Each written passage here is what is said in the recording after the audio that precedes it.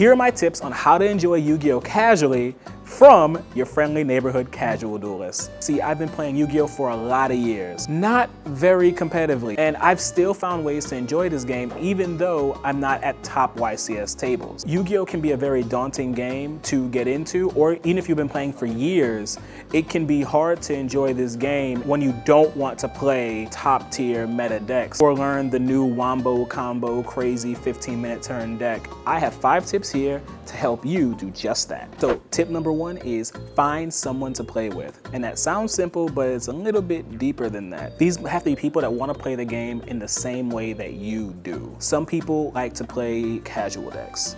Some people like to play meta decks. And some people like to play casual decks with like meta staples. For instance, I personally like playing decks that are kind of like a medium power level.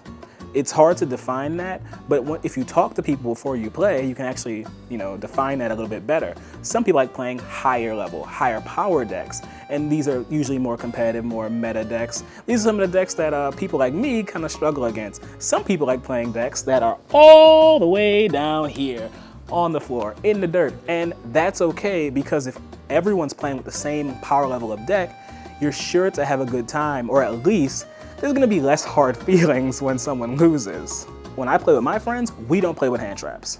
It's just not fun when you start your turn and you're playing a low power deck, you normal summon and someone drops Ash. And you now have to end your turn.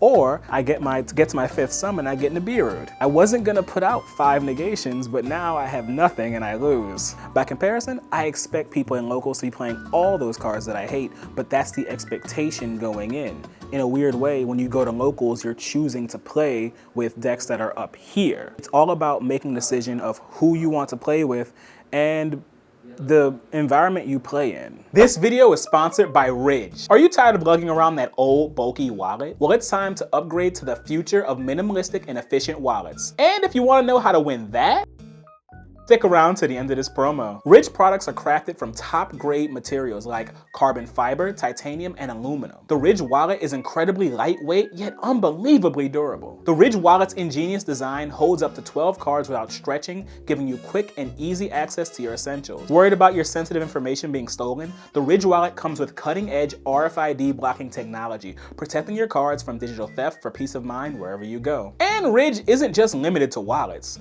Ridge has a range of products including the Ridge key case, which can store up to 6 keys in a slim case made with the same quality you've come to expect from Ridge. Now about that Bronco. Hennessy and Ridge are partnering to give away a Hennessy-tuned Ford Bronco or $75,000 if you prefer cash. You don't have to spend any money.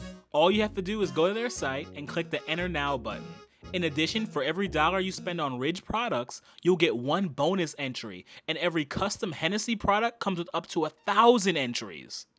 If you use my link, ridge.com/APS, you'll get 10 bonus entries, and if you use my code APS, you'll get 10% off as well at checkout. If you've ever been considering getting a Ridge, now is the best time. My second tip is play what you want.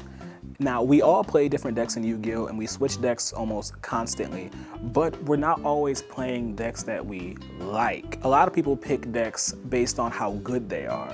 And that's fine if you want to be a competitive player. But this is a video about casuals, and oftentimes you can fall into this little mind trick where you start playing good decks because everyone's talking about how good and strong it is. Like, you could pick up Kashtira, but if you don't actually like anything about Kashtira other than the fact that it's strong, you're in for a bad time. If I win with zombies, I feel a lot better than when I win with Kashtira because it's something I actually like.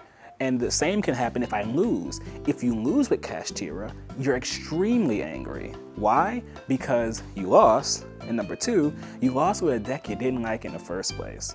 At least if I lose with zombies, I'm losing with my favorite deck. I'm not just losing with the deck I sold my soul to. When it comes to picking decks, there's so many ways to do it. You can pick your decks based on playstyle, and that's what many people do. But what I like to do is I pick my decks based on aesthetic.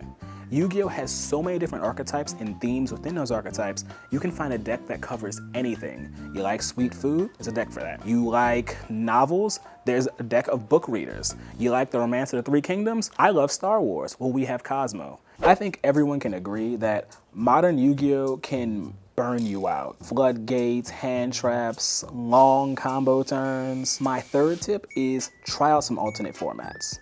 We all play in this advanced format of Yu-Gi-Oh! We obey the ban list, and there's certain rules that we all abide by, but it's not the only way to play Yu-Gi-Oh! And you might find that playing alternative formats can actually be a lot more fun. So like the Time Wizard format. It's this big catch-all format where essentially you just play a snapshot format. There was a certain ban list and a certain card pool, and you're limited to that. For people who yearn back to the good old days, well, they can actually just play in those formats that they enjoy. There's GOAT format from like '05 or Edison from 2010. There's the Speed Duel format where it's a bit more anime inspired. We actually have scale cards, and that augments a deck's playstyle where you can use cards and monsters that they were never really viable even back in their day. There's even fan-made formats like Trinity format, or you can even make your own cube where you define the card pool and it's your choice. You still have to go back to my first point about finding a group and finding like someone to play with, all the better. You are not limited to just playing in the advanced format in Yu-Gi-Oh! My next tip is to try a Yu-Gi-Oh! Video game. Right now, Yu-Gi-Oh! Has 2 video games that you really should try if you haven't already. Yu-Gi-Oh! Master Duel and Yu-Gi-Oh! Duel Links. Yu-Gi-Oh! Duel Links is a mobile game,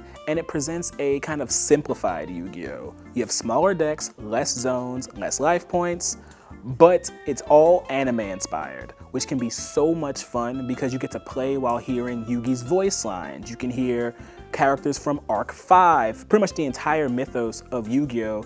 Is condensed into this game that fits in the palm of your hand. There's entertainment dueling inspired by Arc 5. There's the turbo duels from 5Ds. Yu-Gi-Oh! Master Duel is really for the Yu-Gi-Oh! purists.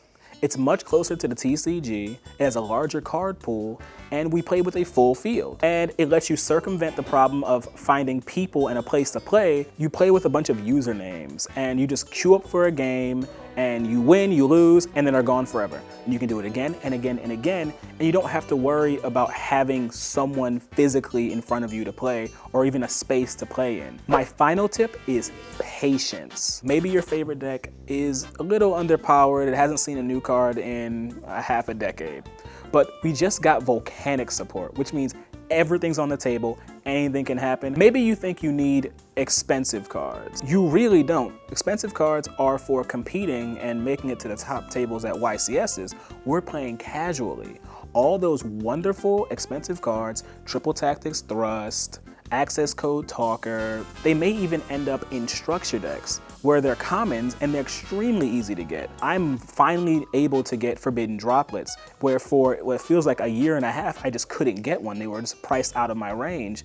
But I realized when you're playing with your friends in the formats that you like, with the power level decks that you like, you don't need any of those cards. And one day they will be cheap enough where you can just buy them and it won't feel like you're selling your soul. So those are my tips on how to enjoy Yu-Gi-Oh! As a casual player, and leave in the comments any advice that you would like to give to players who need to enjoy the game a bit more.